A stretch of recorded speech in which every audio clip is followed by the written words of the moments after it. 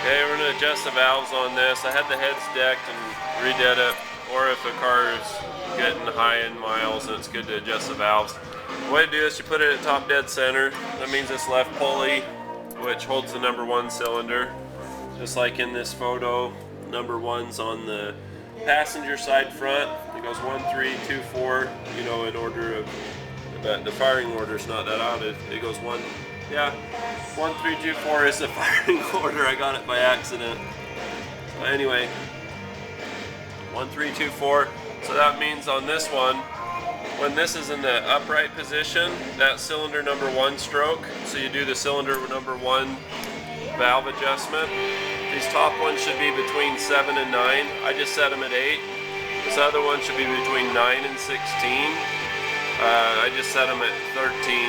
So I've got a 8 thousandths of an inch, which is 0.008 inches, and 0.013.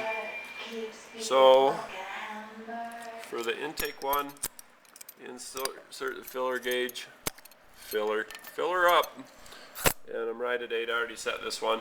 The way that you adjust them is the firing order is important. Let's go back to that for just a minute. You do cylinder number 1 first, because that's the first one in the firing order. The next one's number 3. So I do this one. When I do the next one, I want to rotate this 1/4 turn. This is a 4-cylinder, so it's real easy. You just follow what the cams say. This would be cylinder number 1. This would be cylinder number 3. This would be cylinder number 2. And out when I have the green line here straight out sideways, that would be cylinder number 4. So I want to change this for each position when I'm doing the valve adjustment. So I just want to be perfectly clear on that.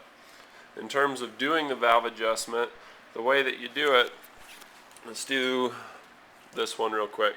So number 1 I already did. So I take a socket, it's 22 millimeter.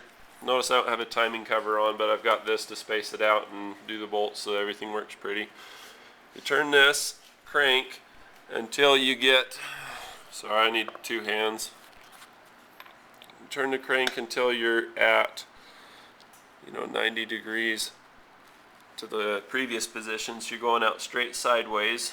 You're perpendicular from this mark in the head. So once you're at that point, I'm real anal on these. I gotta have it just perfect. So I've got that just perfect. The next thing I want to do is take a wrench, and I'll just go through these. These were all off from the head being decked, which would cause a loss in compression. They were all too tight. Basically, the valves wouldn't be able to close all the way. So I'll go through and I'll loosen all of those. And then I've got a screwdriver and my filler gauges. I've got the 8 thousandths, 0.008. Never be able to see that with a flip cam. But that's what I'll set the intake ones, and of course it doesn't fit. So I back this screw out just a little bit. I could probably do a better job on this video where I just spend more time editing it, but then I don't get as much work done. I tighten the screw down until it's just kind of snug. Maybe back off just a touch, and then I can feel my filler gauge. It kind of drags. It's got good tension there, so I'll keep that at that. Open this one up, throw it in there, and then do the same thing. And what I'll do is, if I didn't have a camera in my hand, I'd hold the screw perfectly still from the outside after putting a 10 millimeter wrench on it. So you hold the wrench with one hand, screwdriver with the other. Wish like heck you had a good tripod or somebody to film you. And you snug it down. And then when you're done, double check and make sure that you have that same tension, that good slide tension, and then you know you did a good job. So you do that. 8 thousandths for the top ones is a good rule of thumb. It's got to be between 7 and 9 thousandths of an inch. And then for the bottom ones, they need to be between 9 and 16. 9 plus 16 is 25, divided by 2 is 12 and a half. So 13 is a good middle range. So that's the feeler gauge I'll use to set these. You got to pick something, so that's a good middle of the road, place to be. Same thing, 7 to 9, I set it at 8. So I hope that's helpful. Be sure to rate and subscribe. If you have any questions, leave them in the comments below. I do check my YouTube comments quite often, so likely I'll be able to give you some help, assuming I know the answer to your question. I know quite a bit. I've been doing this since I was How long have I been doing this? I started when I was 8. I'm 32 now.